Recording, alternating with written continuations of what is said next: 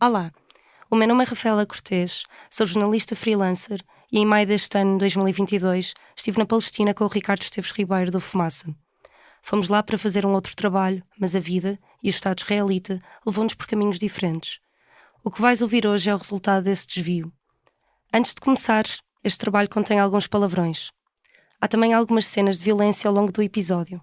Procuramos evitar ao máximo incluí-las de forma gratuita, só porque sim, mas é impossível falar deste assunto sem fazer referência à opressão e violência a que as pessoas palestinianas são sujeitas diariamente. Esta reportagem vem no seguimento de um trabalho contínuo que a Fumaça tem vindo a fazer sobre a Palestina desde setembro de 2017, quando Ricardo Esteves Ribeiro e a Maria Almeida, também jornalista no Fumaça, foram pela primeira vez à Palestina. Palestina, Histórias de um País Ocupado, conta em 6 capítulos a história de uma ocupação através das vozes de quem lhe resiste. Se quiseres saber mais sobre o tema, sobre o contexto histórico e político que levou àquilo que vais ouvir neste episódio e particularmente sobre os acordos de Oslo, de que vamos falar mais à frente, houve também essa série documental publicada em 2018. E agora, com os avisos todos feitos, fica com a reportagem O que é normal em Massafariata.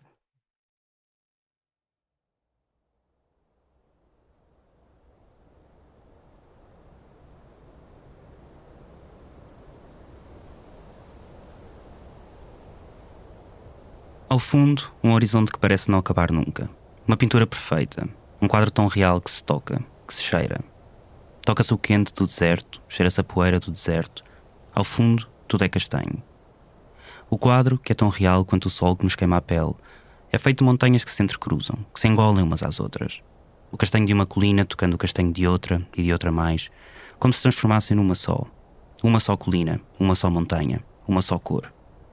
Mal sabem elas que nada disto é uno, que tudo o que vemos à nossa frente é disputa, é divisão. Não se vê uma casa daqui de onde estamos. Nem casas, nem estradas, nem carros, nem tratores, nem lagos, nem lagoas. O mais parecido com vida que se consegue vislumbrar são os arbustos de ervas quase secas, que vão pontuando o castanho com pintas de verde quase amarelo, quase castanho novamente. Há areia, há rocha, há chão rasgado de fissuras que parecem fazer já parte da história. Há céu limpo, há luz, tão clara e forte que os olhos se vão fechando a contra-vontade. E ainda que semicerrados, o que eles contemplam é mais extenso do que alguma vez vi. Todo um universo à minha frente e nem viva alma se avista. Estamos em Massafariata, na Palestina.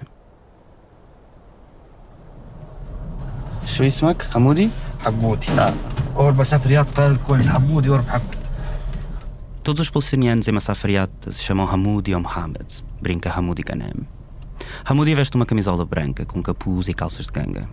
Enquanto vai arrastando os ténis pretos em direção ao carro, vai também olhando uma carrinha do exército israelita, a passar ao fundo. Devíamos esperar um minuto para ver onde a polícia vai. Hamoudi Ghanem diz-nos que se for visto pelas forças militares israelitas, será parado com certeza. Esperamos uns minutos e deixamos os soldados passar ao fundo, até deixarmos de ver a carrinha. Quando desaparecem, seguimos caminho. E para onde vamos agora?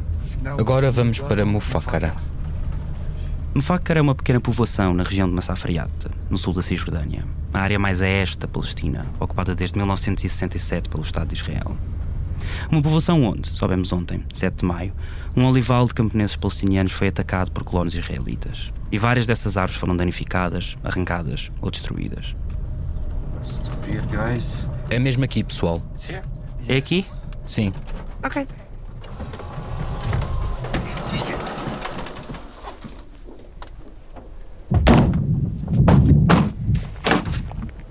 Procuramos um homem, Fadel Rabae. É pastor, agricultor e o dono, ele e a sua família, das árvores destruídas ontem. Saímos do carro eu, Hamoudi Ghanem e a Rafaela Cortês, que é o visto no início do episódio, em direção ao horizonte que parece não acabar nunca. Hamoudi vai subindo colina atrás de colina, intercalando o arrastar de pés pelo chão quente, com murmúrios sobre o calor que se sente num lugar onde quase não existe sombra.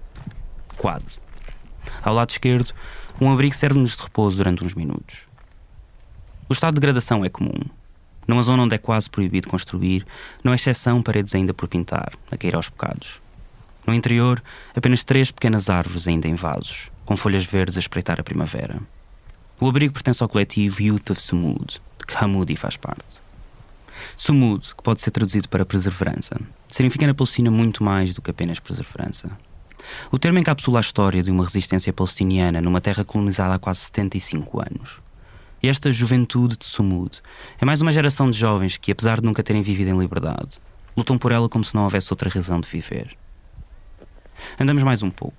Uma placa antiga, enferrujada, perdida no meio do monte, confirma-nos em árabe que chegamos a Mufakara. Em inglês, mente-nos.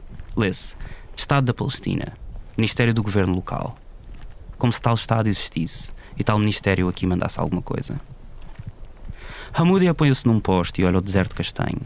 A única informação que temos é que Fad el-Rabai estará no longo, infinito vale que se estende à nossa frente. Ele está neste vale. A nossa missão é perceber exatamente onde. Temos de o descobrir, é isso? Ele traz animais? Os três olhamos o vale em busca de sinais de vida. Animais, pessoas, máquinas a trabalhar. Nada. Tudo é silêncio. Isto é um deserto total.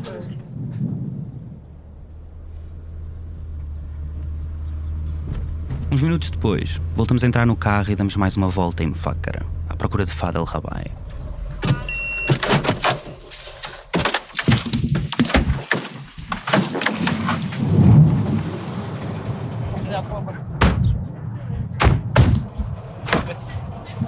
مرحبا اهلا وسهلا كيف حالك؟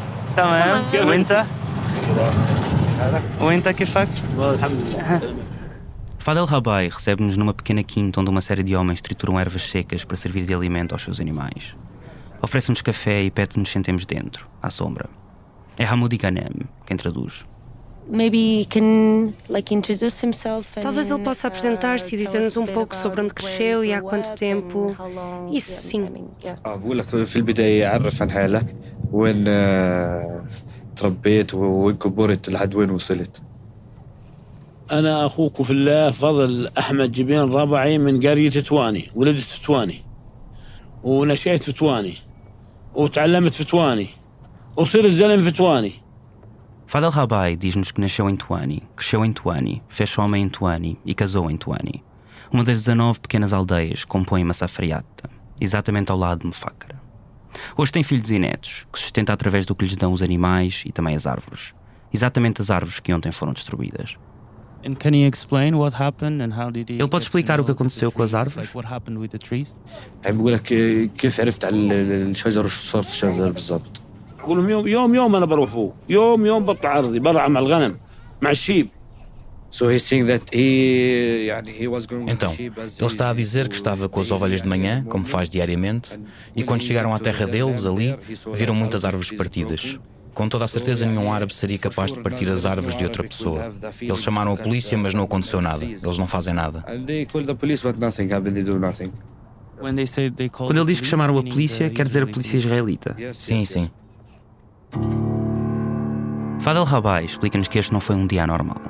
Conta-nos histórias atrás de histórias de violência e assédio que diz terem sido cometidos por soldados israelitas e colonos de Havat Maon. Um colonato que nos últimos anos tem engolido as comunidades de Mufakara, Tuani e outras povoações de Massaferiata. Conta-nos sobre árvores destruídas, comida de animais roubada ou danificada, campos de pastoreio ocupados, tratores confiscados ou danificados e sobre a detenção do seu filho, preso há mais de 1 ano. A polícia palestiniana não tem jurisdição em Massaferiata. Quando, em último recurso, residentes chamam os militares israelitas para os defender contra colonos, a experiência tem-lhes mostrado que são os colonos que acabam protegidos. Em setembro de 2021, vários colonos de Havat Maon atacaram o abrigo onde estamos sentados neste momento. Usando paus, correntes, pedras, espingardas e uma faca, atacaram palestinianos destruindo janelas, matando 4 ovelhas à facada, ferindo 2 adultos e 3 crianças de 3 anos. Uma delas ficou inconsciente e de cabeça aberta. Quando residentes de Tuani tentavam defender as suas casas, foram eles próprios atacados por soldados, que enviaram granadas de gás lacrimogéneo.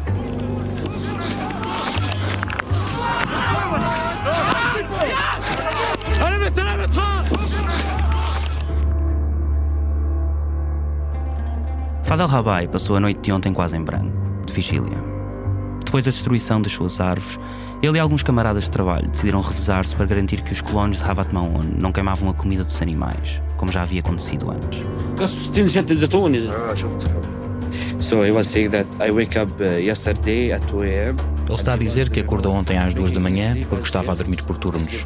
Dormia 1 hora, outra hora ficava acordado, porque estava com medo que, depois de lhe partirem talvez mais de 50 árvores, acontecesse algo à comida das ovelhas.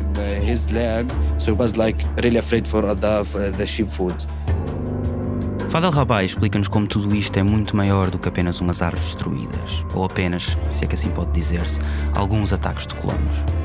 A escalada de violência parte de algo maior, e uma estratégia de décadas que tem um objetivo: obrigar os residentes de Massafriata a sair desta terra, ou a bem ou a mal. Mas quando Fadel Rabai nos diz, respondendo à primeira pergunta da nossa entrevista, que nasceu em Tuani, cresceu em Tuani e se fez homem em Tuani, não termina aí. Abre os olhos claros, levanta a cabeça coberta com um kefia, um lenço palestiniano, branco e preto, e diz também: e de Tuani nunca sairei. Seja toda a gente bem-vinda ao Fumaça, eu sou o Ricardo Esteves Ribeiro.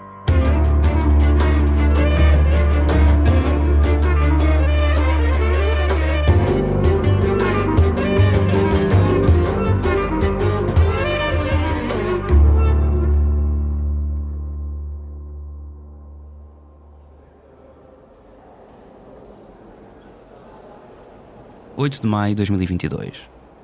A Rafaela Cortês e eu aterramos numa apartheid da semana passada, em dia histórico. Por um lado, 4 de maio era data de celebração para os israelitas da Constituição do Estado de Israel, 74 anos antes. Por outro, a ironia deixou que neste dia fosse também publicada uma perturbadora decisão do sistema judicial israelita. Uma decisão que deu luz verde ao que, efetivando-se, será uma das maiores expulsões de pessoas palestinianas de suas casas nas últimas décadas. A partir deste dia, os cerca de 1.150 habitantes da região de Massafriata, que mede mais ou menos 3.600 hectares, uma área quase tão grande como a do município do Porto, passaram a estar em risco de ver as suas casas demolidas a qualquer momento. Já lá vamos. A palavra Massafar significa em árabe viajante. O viajante de Yatta, ou, há quem defenda, o viajante para Yatta, uma vila na Cisjordânia cujo nome tem origem na palavra zero, ou nada, o que viaja para o nada. Não era nosso plano sequer passar por Massafriata durante a viagem de 2 semanas que aqui fizemos. Mas tendo nós chegado no dia da decisão, tudo nos parecia empurrar para lá. Uns dias depois, estávamos a caminho do sul. A caminho do nada. Vão com este rapaz. Gostei de conhecer, Ricardo. Prazer em conhecer-te. Prazer, muito Prazer obrigada. em conhecer-vos. De nada. Sharafna. Sharafna. Como é que se diz Sharafna em português? Prazer. Prazer. Perfeito. Ma salama. Obrigado. Shukran. Ma salama. Chegar a Massafriata não é tarefa fácil para quem viaja de mochila e equipamento de som às costas e sem carro próprio. O caminho faz de cidade em cidade, de vila em vila, de transporte público em transporte público, o que pode chegar a demorar um dia inteiro. Ou como fizemos nós, de táxi desde Hebron, uma das maiores cidades da Cisjordânia, a pouco mais de 20 km de distância. كيفك؟ تمام؟ تحكي عربي؟ شوي شوي تحكي انجليزي؟ انجليزي شوي لا Tuani? Vamos para Tuani? Ok. É Badr quem nos guia por entre as colinas do sul de Hebron, durante mais de meia hora. Nós arranhamos umas palavras de árabe, ele não arranha nem um pouco de inglês. E para passar o tempo, não precisa nem de rádio a tocar.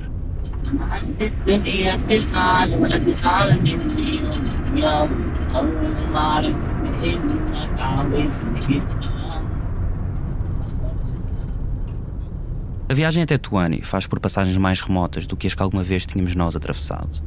Durante grande parte do caminho, vemos 0 carros, 0 pessoas, 0 animais, 0 edifícios. As seções ao deserto são impressionantes, mas não surpreendentes. De tempos a tempos, erguem-se colonatos israelitas cercados por arame farpado, muros de betão, postos de vigilância ocupados por militares armados, alguns de espingarda permanentemente apontada por quem vem lá na estrada, seja lá quem for, e dezenas, centenas de bandeiras israelitas. Quanto mais nos aproximamos do destino, mais os colonatos crescem em número. E mesmo antes de chegarmos a Tuani, não há placas nem sinais a assinalar o bom porto. Antes, uma estrela de David, símbolo religioso judaico presente na bandeira israelita, já gigante, brilhante no topo de uma colina, como constatando o óbvio, que mesmo em plena Cisjordânia, e mesmo sendo os colonatos internacionalmente reconhecidos como ilegais, eles não só existem, como são os seus colonos quem aqui vive acima de todas as outras pessoas. وين سامي؟ سامي أنا عند بوابة الصحراء هذا ظني ماشي منها دغري ولا غلط. Sami Hourani é estudante de Direito e um dos ativistas de Tuani que lidera a resistência à ocupação israelita desde Massafriata. Em 2021, venceu o Prémio Internacional de Defensores dos Direitos Humanos em Risco, atribuído pela organização Frontline Defenders, em conjunto com a sua irmã, Samiha Hourani, e outros ativistas internacionais. Com uma série de outros jovens das várias aldeias em volta, criou o coletivo Youth of Sumud, do qual é coordenador e do qual faz parte também Hamoud e Ghanem. Conhecemos Sami Hourani através do Instagram, onde tem documentado as agressões constantes e o escalar de violência de que esta comunidade tem sido alvo, especialmente desde a decisão de 4 de maio, há 4 dias. Menos de 3 horas depois do nosso contacto, tinha-se já oferecido para nos receber em casa e guiar-nos por uma safariata. E antes de sairmos de Hebron, antes mesmo de entrarmos no carro, tinha-nos garantido que estaria à nossa espera à entrada de Tuani. E agora? Bem, agora estamos perdidos no deserto sem sinal da única pessoa que conhecemos, numa área de mais de 3.000 campos de futebol. Bader continua freneticamente a tentar ligar a Sami Hourani, sem sucesso. Liga ao Sami, liga ao Sami. Ok, mais uma vez. Quando Sami não atende, Bader envia mensagens de voz atrás de mensagens de voz. E nós entendemos porquê. Ele próprio não faz ideia onde está, numa zona onde, para o Estado de Israel, palestinianos não têm liberdade de movimento. E para além disso, cada minuto que demora a mais é tempo de trabalho perdido. Em Tuani, perguntamos na rua se alguém viu Sami Hourani.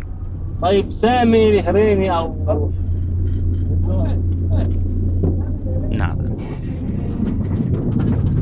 Mais uma vez, ligamos a Sami Hourani.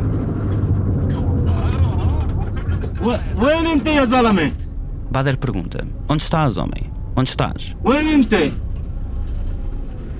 الو سامي الو الو Nada.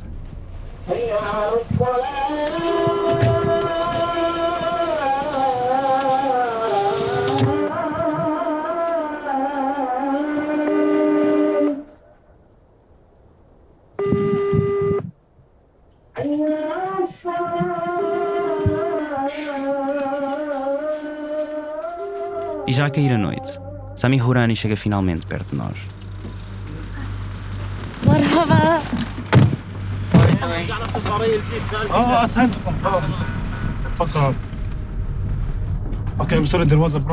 Desculpem, houve um problema. O exército estava a bater-nos e a tentar prender-nos. O que aconteceu? Foi só um homem. Agora estamos à espera que a ambulância chegue. Ok.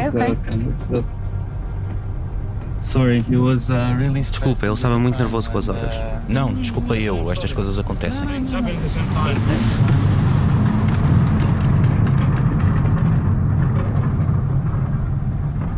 Pouco antes da nossa chegada, vários soldados israelitas tinham atacado ativistas locais a uns minutos de distância e onde agora estamos.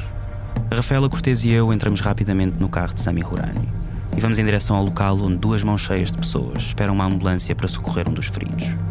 Basel Adra, jornalista local e também membro dos Youth of Sumud, está deitado com um pano molhado na testa e as pernas esticadas numa cadeira de plástico.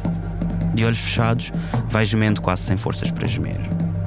Tudo começou, conta Sami Hourani, no momento em que militares israelitas tentavam destruir um pequeno abrigo de um pastor da aldeia.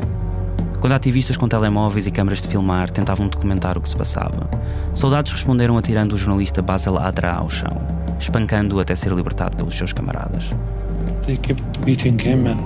Eles continuaram a bater-lhe e queriam prendê-lo, e só depois de 20 minutos a bater-lhe é que nos deixaram ir. Agora estamos à espera da ambulância porque ele está a sangrar da cabeça. Isso aconteceu aqui? Perto daqui.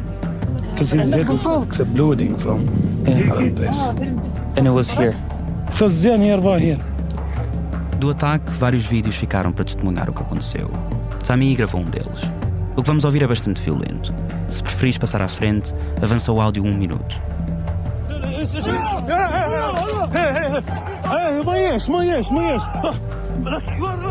Vocês são violentos. Ele é um jornalista. Ele é um jornalista.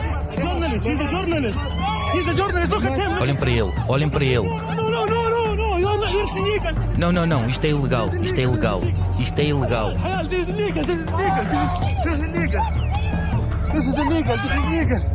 O que é que vocês estão a fazer? Ele é um jornalista. Ele é um jornalista. Vocês sabem que sim. Vocês sabem que ele é um jornalista. Não podem tocar-lhe. Ele tem carteira de jornalista. Vocês sabem disso. Podem confirmar que ele é jornalista pelo cartão que traz. Não lhe batam, não lhe batam. Journalist, you have ID as a journalist. You know that. You can see his. You can see his. You can see his journalist with ID. Hello. Don't beat him. Don't beat him. Don't touch him.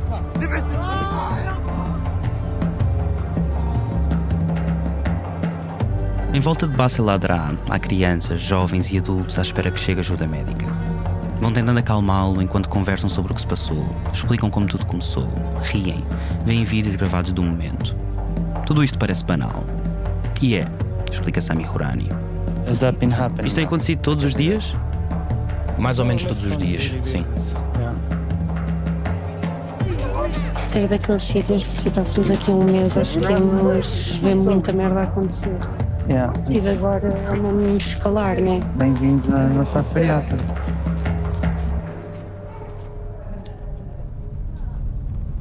Menos de meia hora depois de chegarmos a Massafriata, estamos já a caminho do hospital mais próximo. O jeep de Sami Hourani, sobrelotado, vai cambaleando por estradas esburacadas de terra batida, atrás da ambulância que leva Bassel Adra ao hospital de Yatta. Então esta aqui é a estrada para o hospital? Sim. Uau, agora já percebo porque é que demoram tanto tempo. Bassel Adra é visto por médicos. Horas depois recebe alta e volta a casa para descansar. Mas para o resto de nós, a noite não termina aqui. Guys, if something happened tonight. Pessoal, se acontecer alguma coisa hoje à noite, desculpem, mas vou ter de vos acordar. Não peças desculpa, tens de nos acordar, ok? Vamos combinar que nos acordas. Podemos dormir daqui a um mês, em Lisboa. We can sleep in a month in Lisbon. O que se passa é o seguinte. Eu não falo hebraico fluentemente, mas consigo perceber. Às vezes o exército ameaça que nos vai prender. Às vezes prendem-nos, às vezes não. Já fui ameaçado, já fui para a prisão e por vezes não aconteceu nada. Mas de qualquer forma estou a contar que eles apareçam aqui hoje à noite à minha procura. Se vierem, vou acordar-vos. Pelo menos podem documentar isso. Claro que sim. Sem dúvida. If they come, we'll wake you up, at least you will be better around and think. No, of course, yeah. Absolutely, yeah. Sami Hourani tem 24 anos. Diz que perdeu a conta à quantidade de vezes que teve de fugir do exército israelita. Desde que se lembra de ser gente que se lembra também de resistir à ocupação. É impossível crescer em Tuani e não ser ativista, diz. How many times have you been taken to jail? Quantas vezes é que foste levado para a prisão? Estive na prisão 3 vezes, mas fui detido várias e já fugi deles centenas de vezes. Então eles tentam apanhar-te e tu foges? So they try to take you and you run. Yeah. Super engraçado. It is not, but Yeah. Oxalá um dia tenha piada, certo? Quer dizer, sim, às vezes nós, os palestinianos, somos loucos. Depois de tudo o que acontece, todos os problemas, vamos para casa e começamos a rir-nos de tudo, mesmo que seja extremamente doloroso.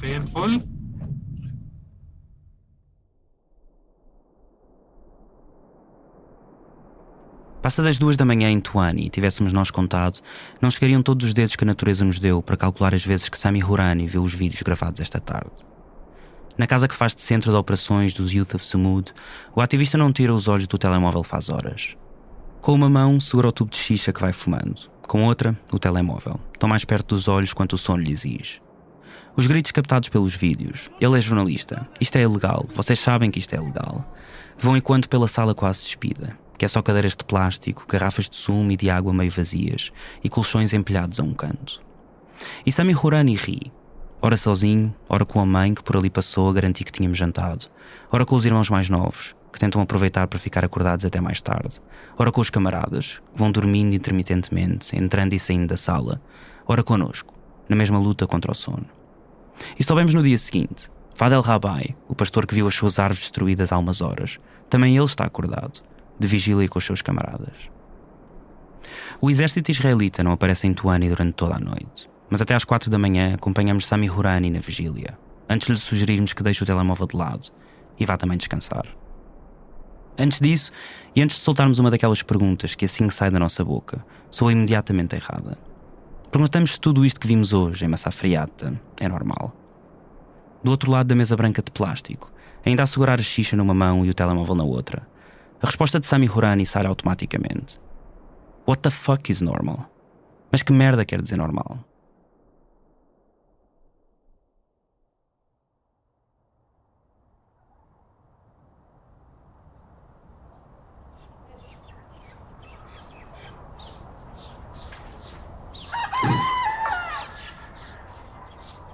9 de maio de 2022.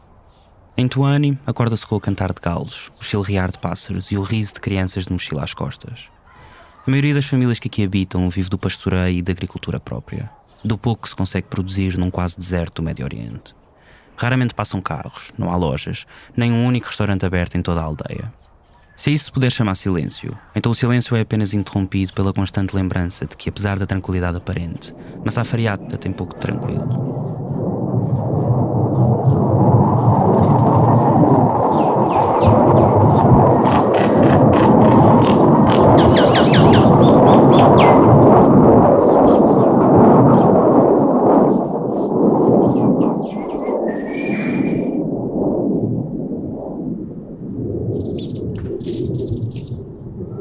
And what's this? What's this sound? E o que é isto? O que é este som?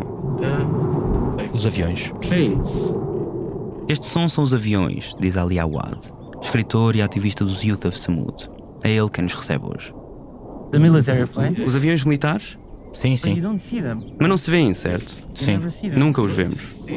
Conheces os F-16? Não. São um avião, uma espécie de foguete, que consegue ultrapassar a velocidade do som. Quando estão mais baixos, consegues vê-los assim pequenos, do tamanho de um telefone. Ouves o som aqui e eles já vão... Ali. Sim, Ah, ok. Então quando se ouve o som já desapareceram. isso. Se ouvires o som é porque ainda estás vivo. You hear their sound here and they are already there. Yes. Okay. So when you hear the sound, they're already gone. Yeah. If you hear their sounds, you are still alive. Because Porque nós estamos sempre a olhar para cima, onde é que está, e nunca conseguimos ver nada. O Sami, por exemplo, já nem sequer repara no barulho. Perguntámos-lhe que som é este e ele ficou de género. O quê? Eu não estava a ouvir. Oh, what's that sound? It was like, what? I was not listening.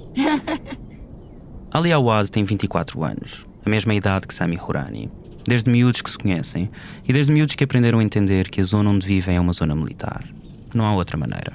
Cada avião a passar, cada helicóptero, cada tanque de guerra, cada explosão é apenas mais uma operação do exército israelita. A banalidade normalizou-as de tal forma que o que a nós nos faz tremer, a eles passa despercebido. Viver em Masafer Yatta é um ato de resistência. E isso não se nota apenas nas coisas mais graves, na violência constante ou na dificuldade em sustentar uma família sob ocupação. Nota-se também nas coisas mais mundanas, como ir à escola. Ali Awad sabe-o bem. É por isso que ele e outros palestinianos de várias aldeias de Masafer Yatta, em conjunto com ativistas internacionais que por cá vão passando, acordam todos os dias por volta das 7 da manhã para esperar os militares israelitas que acompanham crianças de aldeias vizinhas até à escola de Tuani e que à tarde voltam a fazê-lo no regresso a casa. E podes explicar-me o que é que está a acontecer agora? Estamos aqui com as crianças. Porquê é que estamos aqui?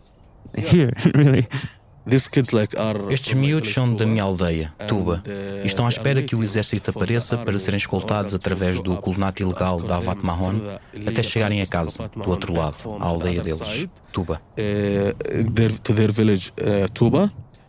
Foi exatamente em Tuba que Ali Awad cresceu. Quando era criança, ele próprio foi acompanhado por militares até à escola em Tuani, a mais próxima da sua aldeia. Talvez perguntem por que esperam crianças por soldados da força ocupante para os acompanhar todas as manhãs e todas as tardes no caminho de casa para a escola e de escola para casa. O mesmo perguntamos nós. É uma aventura andar sozinho nesta estrada, diz Ali Awad. O caminho mais curto de Tuba a Tuani faz a pé durante cerca de 20 minutos. São pouco mais de 2 km por uma estrada de terra batida que passa por entre o colonato Havat Mahon. Um assentamento construído de um dos lados dessa estrada, em 1981, por colonos israelitas, e mais tarde relocalizado para o lado contrário da estrada, no final dos anos 90. Havat Mahon é apenas um de cerca de 150 colonatos em toda a Cisjordânia, segundo a Organização das Nações Unidas, onde vivem à volta de 630 mil colonos israelitas. Um número em constante expansão, resultado do apoio e promoção do governo israelita. Todos os colonatos da Cisjordânia são, sem exceção, considerados ilegais de acordo com a lei internacional. No artigo 49 da Convenção de Genebra lê-se: A potência ocupante não poderá proceder à deportação ou à transferência de uma parte da sua própria população civil para o território por ela ocupado. Mas além de ser ilegal à luz do direito internacional, Havat Maon é dos poucos que o Estado israelita também põe em causa. Em 2006, depois de um acordo diplomático com os Estados Unidos da América, o governo do então primeiro-ministro Ariel Sharon ordenou a demolição de 24 colonatos na Palestina. Havat Maon seria o primeiro a ver os seus 340 colonos transferidos.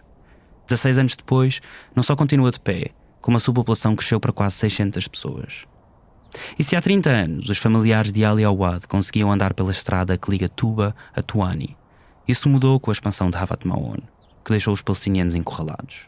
De 2002 até 2004, as crianças eram obrigadas a fazer um desvio à volta do colonato para chegarem ao outro lado. 10 km a mais a subir montes para escaparem à violência dos colonos. Andavam 10 km só para ir à escola? Sim. Eles atacam crianças? Com certeza. No início dos anos 2000, a violência de colonos contra palestinianos de Tuba e Tuani cresceu ao ponto de passar a ser impossível utilizar a única estrada viável que liga as duas aldeias. Como alternativa, crianças passaram a deslocar-se por um outro caminho. Um caminho 4 vezes mais longo, por entre montanhas e colinas. 2 horas a andar de manhã, mais 2 horas à tarde para voltar à aldeia. Algumas crianças até iam montadas em burros para chegar à escola. Mas mesmo fazendo esse desvio, os colonos atacavam assim que viam pessoas palestinianas. Então havia sempre risco de violência. Nem essa alternativa era segura. As long as they can their sight comes, they attack the Palestinians that walk there under the risk of their violence. So even it was not also safe. Foi isso que aconteceu em setembro de 2004. Um grupo de 12 colonos israelitas desceu desde Havat Maon até à estrada para atacar 5 crianças e 2 voluntários norte-americanos da organização não-governamental Christian Peacemaker Teams. Os colonos usavam máscaras para esconder o rosto e armavam-se de paus e correntes. Kim Lamberty, uma das voluntárias, acabou com um braço e um joelho partidos e ficou com feridas no rosto. Chris Brown, outro dos voluntários, ficou com múltiplas feridas e ainda um pulmão perfurado. Miriam, uma das crianças palestinianas, foi também agredida na cabeça com um pau. Pouco mais de uma semana depois, colonos encapuzados voltaram a atacar voluntários que escoltavam as crianças de volta a casa. Desta vez, os voluntários representavam a Amnistia Internacional, a Operation Dove e a Christian Peacemaker Teams. 5 voluntários foram atacados com pedras e 3 foram ainda espancados com paus de madeira. As queixas das organizações internacionais pressionaram o governo israelita a agir. Mas em vez de os colonos terem sido punidos, a decisão do Knesset, o parlamento israelita, foi destacar diariamente, 2 vezes por dia, um grupo de militares a acompanhar as crianças para a escola e de volta para casa. Desde 2004 que praticamente só colonos israelitas, militares israelitas e crianças palestinianas acompanhadas por militares israelitas passam por esta estrada. Mais ninguém. For how long are you here? Há quanto tempo estão aqui? Já estamos há 1 hora à espera dos soldados. Ah, uau. Pois. E costuma ser assim? Ficarem à espera? Sim, quer dizer, depende do humor dos soldados. Eu não tenho autoridade para os trazer. Então, aparecerem ou não, só depende deles. Se o soldado decidir aparecer, as crianças podem voltar para casa. Se não, ficamos à espera. Isso quer dizer que as crianças perdem aulas, certo? Sim, claro. Se o exército decidir não aparecer, as crianças têm de esperar na aldeia, do outro lado do colonato. Para os soldados é do género, esperem 1 hora, 2 horas. Mas isto significa que perdem 2 ou 3 aulas de manhã. Mas se o exército não aparecer de todo, perdem um dia inteiro de aulas e têm de voltar para casa. The kids have to wait in their village side, from the other side of the outpost. And the soldiers could be wait for 1 hour, 2 hours, and this means 2-3 classes at the morning at least, or sometimes to cancel the whole day and to come back to their homes if the army did not show up at all. A escolta de crianças palestinianas entre Tuba e Tuani não acontece isolada de tudo o que se passa em Massafriata. E para entender como chegamos aqui, é preciso recuar pelo menos até ao final dos anos 60. Em 1967, o Estado israelita, que já ocupava uma grande parte da Palestina, roubou a península de Sinai ao Egito, os Montes Golã à Síria, e ainda a faixa de Gaza, Jerusalém Oriental e uma grande parte da Cisjordânia, territórios palestinianos, no que ficou conhecido como a Guerra dos 6 Dias. Desde essa altura, a expansão do território israelita na Cisjordânia não parou de crescer, e a presença militar também não. A partir dos anos 70, o governo israelita começou a implementar o que chama de firing zones. zonas de treino militar utilizadas pelo exército, onde é proibida a presença de civis. Hoje, cerca de 18% de todo o território da Cisjordânia é considerado firing zone, quase 2 em cada 10 km². Em Massaferiat está uma delas. Em 1980, o governo israelita criou a Firing Zone 918, numa área de 3.000 hectares onde estão localizadas cerca de 12 aldeias de Massaferiat e onde vivem mais de 1.000 pessoas. Desde essa altura, passou a ser quase impossível construir casas, escolas, abrigos para animais ou estruturas de apoio para a agricultura, passagens de eletricidade ou de água. Tudo isto enquanto, mesmo ao lado das populações, se faziam treinos com aviões militares, tanques, armas de fogo e explosões. Viver em Massaferiat já era difícil, mas em 1999 piorou. Depois de iniciarem um processo judicial nos tribunais israelitas que tentava anular esta firing zone, 17 famílias residentes em Massaferiat chegaram a acordo com o Estado de Israel. Abandonariam as suas aldeias em troca de permissão para poderem voltar e trabalhar as suas terras, apenas às sextas-feiras, sábados, feriados israelitas e 2 outros momentos durante o ano, na altura das colheitas, um mês de cada vez. As 17 famílias concordaram desistir do processo e em novembro de 1999, menos de um dia depois de terem entregado cartas de despejo a alguns dos residentes, militares israelitas entraram por Massaferiat adentro e despejaram cerca de 700 pessoas, destruindo cisternas de água, abandonando animais, confiscando tendas, colchões, lençóis e comida e selando a entrada de cavernas onde algumas das famílias viviam. 700 pessoas ficaram em situação de sem-abrigo e sem meios de subsistência de um dia para o outro. Tudo, claro, a bem da sua segurança. I was 1 year old and half, I don't remember, but Eu não me lembro, claro, mas quando tinha 1 ano e meio, a minha família foi expulsa de Tuba. Durante 6 meses as pessoas ficaram sem abrigo, longe das suas casas e de toda a área de Massaferiat. Cada vez que tentavam voltar para as suas casas, dentro da chamada Firing Zone, eram empurradas novamente para fora. inside what's so called the firing zone, they also push them again. 4 meses depois, em março de 2000, o Supremo Tribunal Israelita suspendeu temporariamente os despejos e permitiu que voltassem às suas casas enquanto deliberava sobre um novo processo judicial. Um processo iniciado por quase 90 famílias. Imediatamente depois dessa decisão, uma grande parte das pessoas despejadas voltou à sua aldeia. Outras não tinham já para onde ir. As suas cavernas estavam emparedadas ou tinham sido destruídas, os seus depósitos de água selados e os seus animais roubados por colonos. Enquanto isso acontecia, corria a batalha legal. A batalha legal, desde os anos 2000 até agora, foi entre o exército israelita e quem mora naquelas terras. Isso foi há 20 anos. 22 anos, para ser preciso. Durante 22 anos, mais de 1000 pessoas estiveram neste limbo, sabendo que a qualquer altura poderiam ser expulsas novamente. Look, like even we could come back with this interim injunction in 2000. Since then, Ouçam, mesmo que pudéssemos voltar com essa providência cautelar em 2000, vivemos sob constante ameaça de expulsão desde então. Aqui, em Massaferiat, quase todas as semanas se entregam ordens de demolição para as construções das pessoas ou se executam essas demolições. Além disso, as pessoas não vivem uma vida normal como noutras aldeias ou em qualquer outro sítio do mundo. Aqui, em Massaferiat, as aldeias estão privadas de serviços básicos porque qualquer tentativa de os construir enfrenta ameaças de demolição. Because any attempt of building any is under a threat of demolition. Tudo isto tem raízes num dos acordos de paz mais famosos do século passado. Os Acordos de Oslo, assinados em 1993, dividiram a Cisjordânia em 3 áreas. Área A, onde a autoridade palestiniana, o governo interino da Palestina, detém a administração política e de segurança e corresponde a 18% do território e onde vive cerca de 20% da população palestiniana. Área B, que a autoridade palestiniana governa, mas partilha com o exército israelita a responsabilidade da segurança. Inclui 22% do território e 70% da população palestiniana. E a Área C, que cobre cerca de 60% do território. Aí, o exército israelita está responsável por toda a zona e é onde vivem os restantes 10% da população. Massaferiat faz parte da Área C, o que significa que qualquer construção que residentes queiram fazer nas suas terras tem de ser previamente aprovada pelo Estado de Israel. Caso contrário, corre o risco de ser considerada ilegal e destruída imediatamente. Segundo a ONG israelita Peace Now, entre 2009 e 2018, apenas 98 licenciamentos foram aprovados na Área C, de um total de 4.422 pedidos. Pouco mais de 2%. No mesmo período, foram publicadas mais de 10.000 ordens de demolição, um número que só tem crescido. O longo processo judicial a que este caso esteve sujeito pedia que as famílias queixosas provassem que já viviam nestas aldeias antes da Firing Zone 918 ter sido declarada, em 1980. O que na verdade não parecia difícil.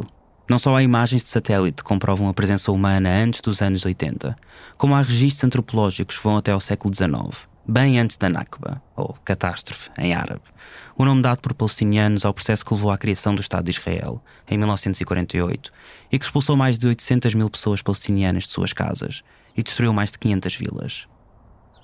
A família de Ali Awad, conta ele, é uma das que tem raízes nesta zona há muitas gerações. And if I want to talk about my roots, my grandfather was born in the 40s in the village of Tuba. O meu avô nasceu nos anos 1940 em Tuba. Nós não somos refugiados, não viemos de outro lugar. Ao longo de 13 gerações, nenhum dos meus antepassados veio para aqui de outro lugar. Mesmo na Nakba e com a ocupação em 1967. Desde a criação do Estado de Israel, em 1948, que vivemos em Massafariata. Até o bisavô do meu avô nasceu em Tuba, no século XIX, durante o Império Otomano. The great-grandfather of my grandfather was born even in Tuba in the 19th century. So during the Ottoman Empire. É aqui que chegamos ao dia 4 de maio, o dia em que Rafael Cortés e eu aterramos na Palestina, e o dia da decisão do Supremo Tribunal de Justiça. O que o juiz David Mintz, ele próprio um colono israelita na Cisjordânia, concluiu foi que não é possível provar a existência de habitação permanente naquelas aldeias a quando da criação da Firing Zone 918. Mesmo perante os relatórios de antropólogos israelitas Shuli Hartman e Gideon Kressel, que foram desconsiderados como impressões, em vez de factos, ou não convincentes. Por outro lado, o juiz utilizou como base o registro antropológico de um outro investigador, Yaakov Havakuk, que alegadamente comprovaria a não existência de habitação permanente nesta área. Semanas depois, foi o próprio Yaakov Havakuk que, em entrevista ao projeto de jornalismo palestiniano Mais 972, disse discordar da interpretação que o juiz fez do seu livro. O antropólogo israelita, que visitou as povoações várias vezes nas décadas de 70 e 80, sublinhou que as famílias viviam de facto lá. Cito: "Era a sua casa. Sentei-me com eles, experienciei o seu cotidiano e tudo o que vem com isso." Em 2000, o próprio Yaakov Havakuk tentou depor em tribunal a favor das famílias de Massafariata, mas foi proibido pelo Ministério da Defesa israelita, para o qual trabalhava. Assim, 22 anos depois do início deste processo, os tribunais israelitas deram luz verde ao que, efetivando-se, será uma das maiores expulsões das últimas décadas na Palestina. And the goal is to evacuate the people. O objetivo é expulsar as pessoas. Foi Ariel Sharon, o ex-primeiro-ministro, que o disse em 1981, no Comitê para os Assuntos dos Colonatos, no Knesset, o parlamento israelita. Disse que era do interesse deles que o exército declarasse esta área uma firing zone, de forma a impedir o movimento dos aldeões das montanhas para o deserto. O próprio Ariel Sharon reconheceu que já estávamos lá. Ariel Sharon himself recognized that we were there. O que Ali Awad diz é verdade. Documentos confidenciais do governo israelita recentemente tornados públicos demonstram que a criação de firing zones na Cisjordânia fazia parte de um plano maior. Numa reunião secreta em 1979, o então ministro da Agricultura Ariel Sharon, mais tarde primeiro-ministro israelita, disse, e cito: "Como pessoa que iniciou as firing zones em 1967, elas foram criadas com um propósito: disponibilizar reservas de terra para colonatos, de modo a criar uma oportunidade para colonos judeus na área." 2 anos depois, numa outra reunião, Sharon foi ainda mais longe, dizendo que a Firing Zone 918, em Massafariata, foi criada com o objetivo de parar, cito, a propagação de aldeões árabes nas montanhas em direção ao deserto. Para Ali Awad, esta decisão é só mais um passo na estratégia de limpeza étnica da Palestina. Para entender isso, basta olhar para como a área declarada Firing Zone foi desenhada. Enquanto as aldeias palestinianas precisam de ser evacuadas, por razões de segurança, os colonatos, ou outposts, como Ali diz, podem ficar.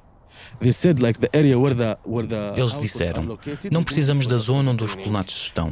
A área que precisamos para treinar é precisamente a das aldeias. Portanto, os residentes dessas aldeias vão ter de ir embora para dar espaço para o exército." Ou seja, os colonos podem ficar? Sim. So the settlers can say. Yes. Os colonos não só podem ficar, como têm expandido o seu colonato a olhos vistos. Quando falamos com quem vive em Tuani, residentes apontam para as colinas explicando como há uns anos tudo aquilo era espaço de pastoreio.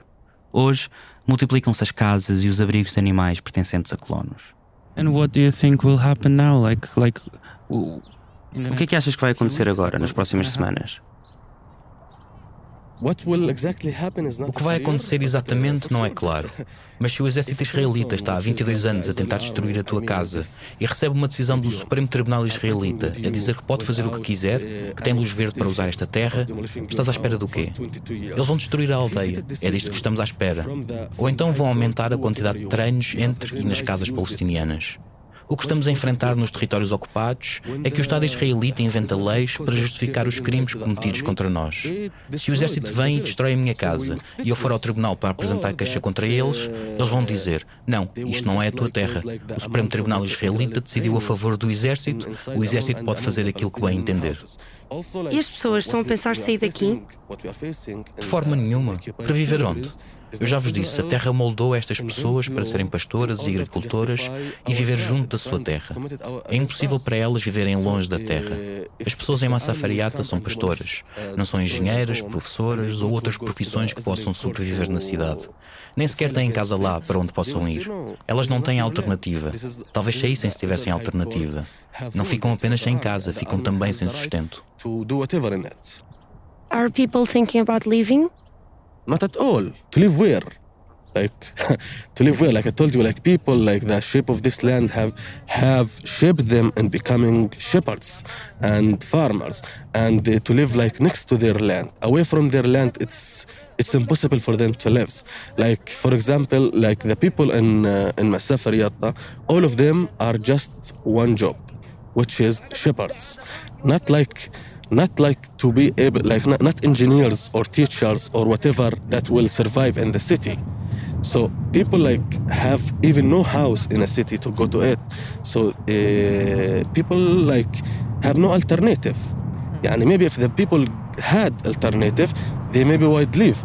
But the evacuation is not just homelessness, but also executing the livestock and the livelihood sources.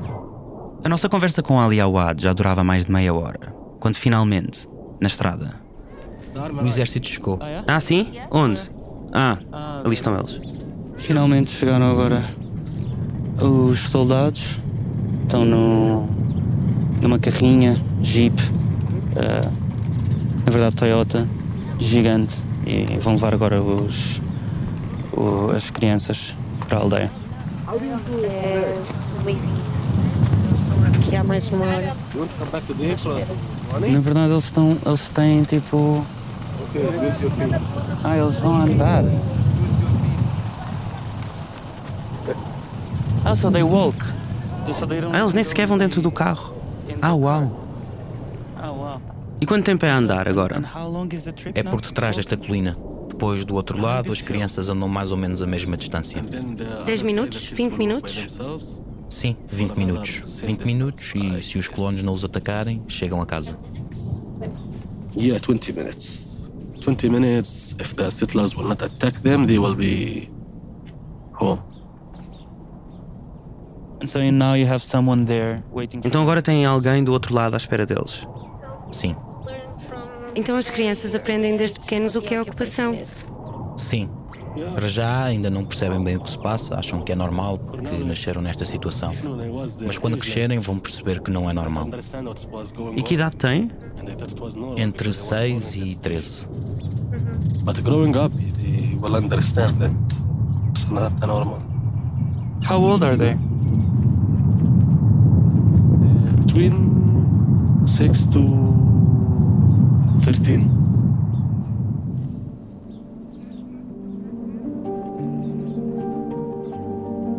Já vi muitas coisas difíceis de acreditar na Palestina. Militares aos tiros num campo de refugiados, filas com dezenas, centenas de pessoas revistadas apenas para atravessar um checkpoint. Ruas bloqueadas a palestinianos onde eu, português, branco, ateu, podia entrar. Casas de palestinianos tomadas à força por colonos. Sistemas de proteção de palestinianos contra pedras, lixo e até ácido, enviado por esses mesmos colonos. Bairros inteiros fechados para que celebrações israelitas sionistas possam acontecer em terras ocupadas. Mas nada foi tão inacreditável como isto. Uma estrada de terra batida apenas com 7 crianças sozinhas, de mochila às costas, a andar a pé debaixo de um sol abrasador, escoltadas por uma carrinha militar branca, ocupada por soldados, sentados atrás do grupo. Do outro lado, já em Tuba, espera-nos um outro grupo de ativistas. Nós ficamos onde sempre estivemos, debaixo de umas árvores, a olhar ao fundo as crianças desaparecer, esperando que cheguem seguras ao outro lado. E enquanto as crianças vão desaparecendo no horizonte, uma a uma, o que sobra é o que voa mais alto, uma bandeira israelita no topo da carrinha.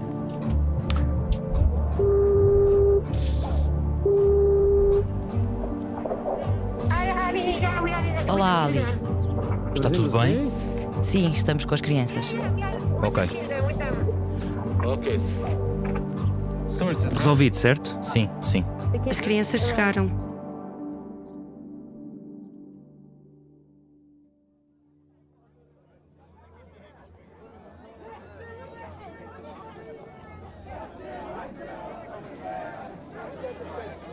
15 de maio de 2022. Em Ramallah juntam-se hoje milhares de pessoas de todos os cantos para relembrar a Nakba, 74 anos de catástrofe. Chegamos à capital administrativa da Cisjordânia hoje de manhã para cobrir a manifestação. Os 6 dias que passaram desde que saímos de Massaferiata foram 6 dias de ansiedade, de um formigueiro na barriga e um pensamento nervoso, mais ou menos constante, de que não estávamos no sítio certo. Pouco depois de termos chegado a Tuani, há uma semana, Rafaela Cortês disse-me: isto era daqueles sítios que se ficássemos aqui um mês, íamos ver muita merda acontecer. Isto a partir de agora é mesmo um escalar. E foi. Basta abrir o WhatsApp, o Instagram, o Twitter ou os jornais palestinianos para perceber que nada do que lá deixámos ficou mais calmo. Multiplicaram-se as casas demolidas, os abrigos destruídos e os ataques a palestinianos e a ativistas internacionais. Era para lá que queríamos ir. Mas se não conseguíamos voltar nós a Massaferiata, o apartheid israelita faria Massaferiata voltar até nós. Enquanto os protestos decorrem em Ramallah, num misto de raiva, tristeza, cansaço, energia e alegria, apanhamos um táxi em direção a um sítio que não parece albergar mais do que um sentimento: desespero. Olá, Ricardo. Olha, ainda estamos no tribunal. Devemos acabar por volta das 3h30, 4. Por isso não sei, pessoal, ainda querem vir? Sami Hourani, o ativista que nos recebeu em Tuani, fez hoje uma viagem de quase 70 km desde Massaferiata até à prisão de Ofer, entre as cidades de Ramallah e Beitúnia. Ofer é ao mesmo tempo uma prisão e um tribunal militar. Foi construída como tal em 2002, em terra palestiniana expropriada depois da Guerra dos 6 Dias, em 1967. Desde aí, milhares de palestinianos passaram a ser aqui julgados, detidos e presos. Ofer é o epicentro de uma estratégia que o apartheid israelita utiliza há décadas na perseguição judicial e militar a palestinianos de toda a Cisjordânia: a detenção administrativa. Basicamente, a detenção de pessoas sem acusação, sem julgamento e sem condenação, baseada em provas secretas a que os detidos não podem ter acesso. Segundo esse sistema, qualquer pessoa palestiniana contra a qual existam, cito, fundadas suspeitas de que esta é um risco para a segurança da área ou a segurança pública, pode ser detida até 6 meses, renovável indefinidamente. Em março de 2022, quase 500 pessoas estavam em detenção administrativa em toda a Palestina, incluindo menores. Entre 2017 e 2021, 5.728 ordens de detenção administrativa foram publicadas. Só em 2021 foram 1.595. Sami Hourani vai ser ouvido numa audiência referente a um caso do início de 2021. Quando nos avisou que lá estaria, disse-nos também que talvez fosse tarde demais para conseguirmos autorização para, enquanto jornalistas, assistir à audiência. Fomos à mesma. Estamos agora a entrar na prisão de Ofer, em Beitúnia, perto de Ramallah. Vamos ver se nos deixam ir à audiência do Sami.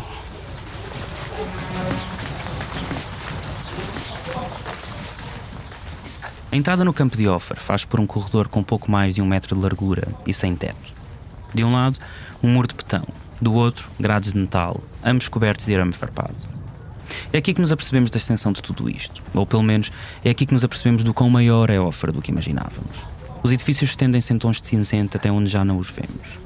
Andamos alguns minutos, atravessamos mais um corredor de betão e metal, abrimos uma porta e damos connosco no que se pode chamar uma sala de espera.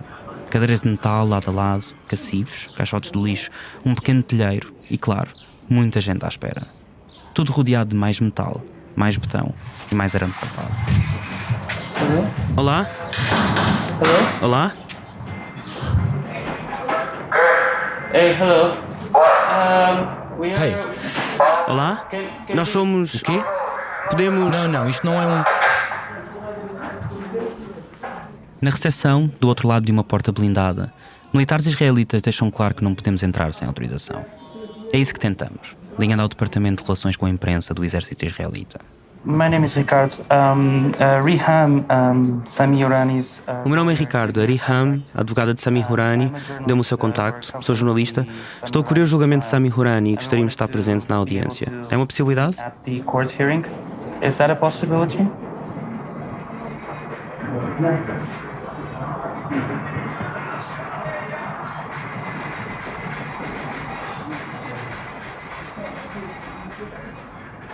Okay. Okay, perfect. We're actually already in offer at the. Ok, perfeito. Na verdade já estamos em offer, na sala de espera, cá fora. Okay, perfect. Thank you. Então, Hello, this. I think there will be no problem. Se calhar vai dar. Enquanto esperamos, várias outras pessoas fazem o mesmo ao nosso lado. A espera para entrar em offer é apenas mais um exemplo da humilhação a que pessoas palestinianas são sujeitas. Sem que ninguém lhes responda ou os deixe entrar. A única opção que têm é esperar aqui, na rua, faça chuva ou faça sol, o tempo que for preciso. When did you arrive here? Quando é que chegaram aqui? A que horas? 10? 10 da manhã. Já passaram 3 horas. Qual é o teu nome? Abdallah. Abdallah conta que chegou ao offer 3 horas antes de nós. Não vai ser ouvido num julgamento nem detido por qualquer razão.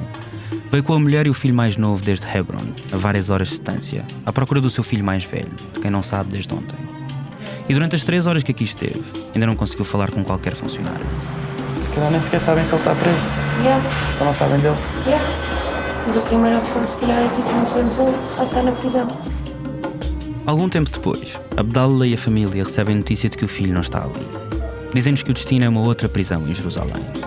Já nós, ainda agora começámos a espera. Lá dentro, a audiência de Sami Hourani vai decorrendo. Já enviámos os documentos, já enviámos passaportes, já enviámos o nosso carteira de jornalista e agora estamos à espera.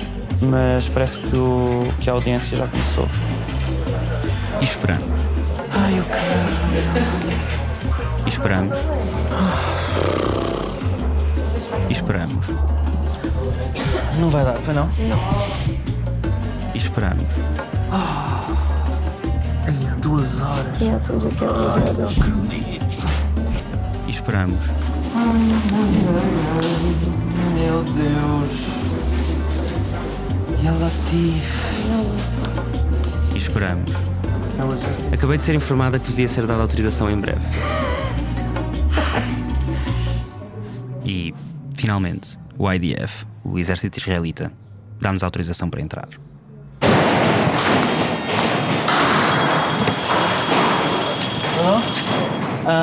Olá, eu falei com a porta-voz do Exército Israelita e eles deram-me autorização para entrar. Sou um jornalista. Sorry? Desculpe?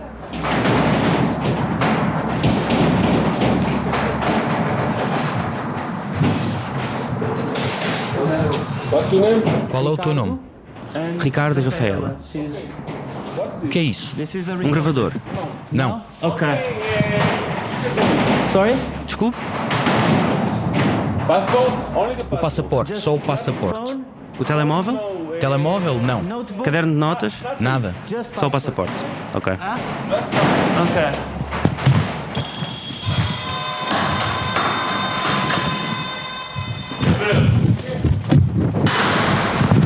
Não se pode levar nada. Não. Nem notas. Não.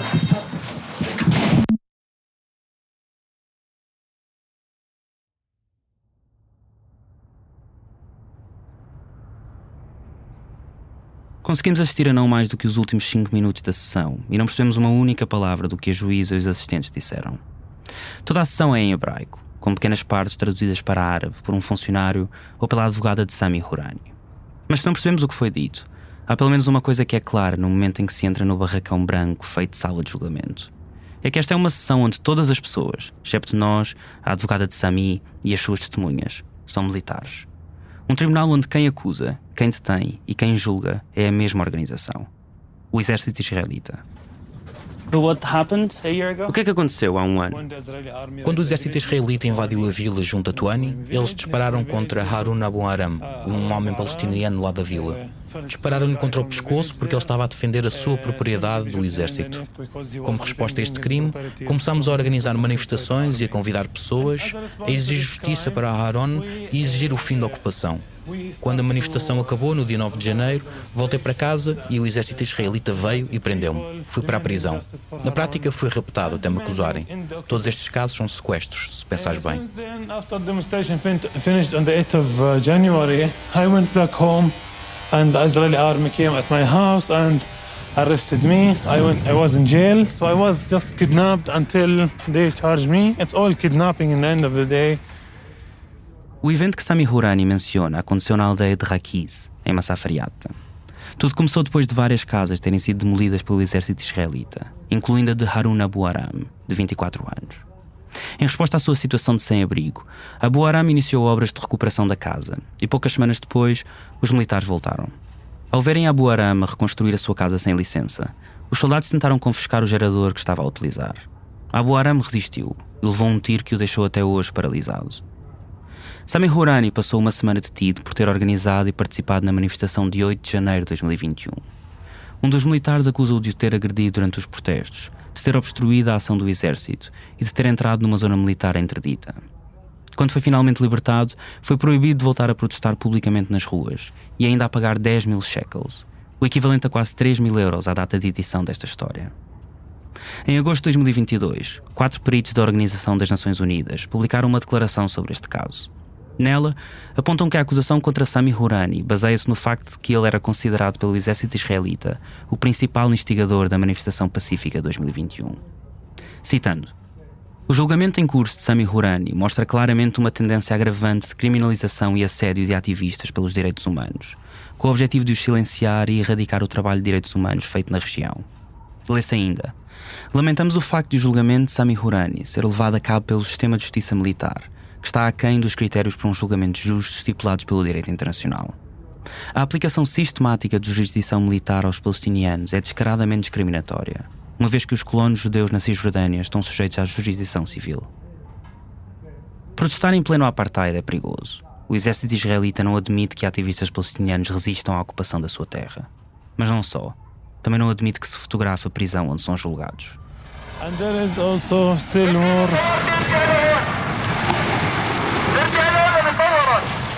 أنا و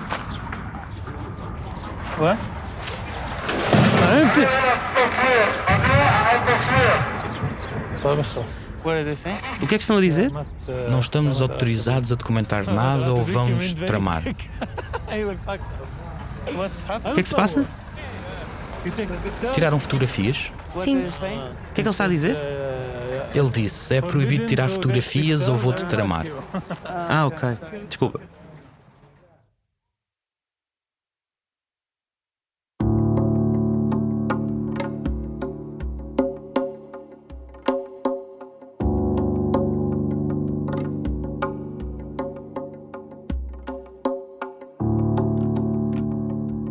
Passaram-se 5 meses desde que eu e a Rafaela Cortês chegámos à Palestina, a 4 de maio de 2022.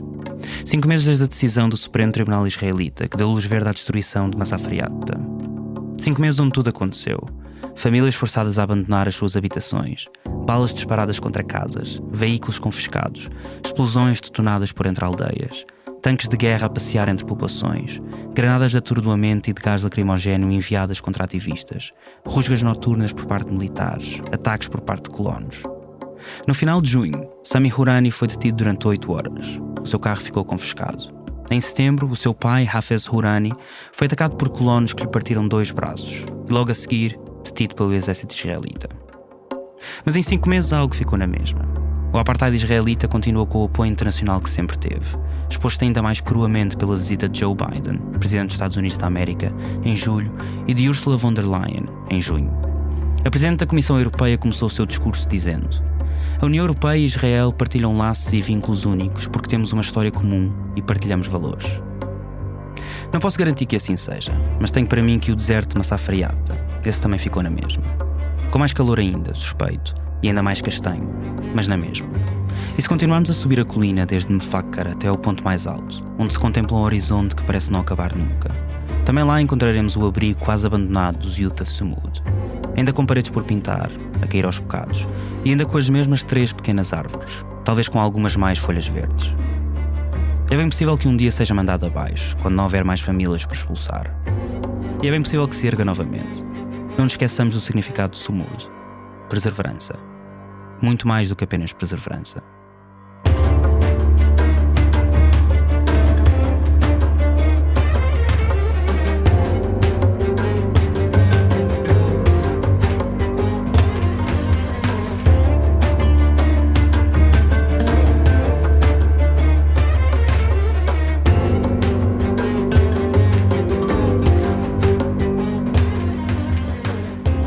Olá, eu sou a Maria Almeida e estive a editar esta reportagem com o Ricardo Esteves Ribeiro e a Rafaela Cortês. Na última vez que estive na Palestina com o Ricardo, em 2017, saímos de lá com a sensação de que um dia íamos voltar. O resultado acabou por ser um dos primeiros trabalhos que fizemos sobre a ocupação da Palestina e a primeira série do Fumaça. Mas sabíamos que íamos voltar porque no Fumaça não gostamos de fazer as coisas pela metade. Mesmo que os holofotes mediáticos desviem para o outro lado, queremos continuar a falar sobre a Palestina e a contar as histórias das pessoas que existem e resistem à ocupação e ao apartheid israelita. Mas para isso precisamos do teu apoio. Estas investigações custam-nos muito tempo e muito dinheiro. Se gostaste desta reportagem e acreditas no nosso jornalismo de investigação, ajuda-nos a chegar ao objetivo de sermos totalmente financiados pelas pessoas que nos ouvem. Faz uma contribuição mensal, caso tenhas essa disponibilidade, claro, e junta-te à comunidade de Fumaça em fumaca.pt/contribuir. Muito obrigada. Se quiseres saber mais sobre o que se passa em Massa Fariata, vai ao nosso site e vê também fotografias, ilustrações e mapas que te podem ajudar a perceber melhor algumas das coisas que falamos neste episódio. Este episódio foi escrito pelo Ricardo Esteves Ribeiro e editado pela Rafaela Cortês e por mim, Maria Almeida. O Pedro Miguel Santos fez o fact-checking, o Bernardo Afonso a edição de som e a banda sonora original e a Joana Batista o design. A Margarida David Cardoso e o Nuno Viegas juntaram-se ao resto da equipa para a edição do grupo. Fazem ainda parte do Fumaça o Danilo Tomás, o Fred Rocha e o Luís Marquês. Até já.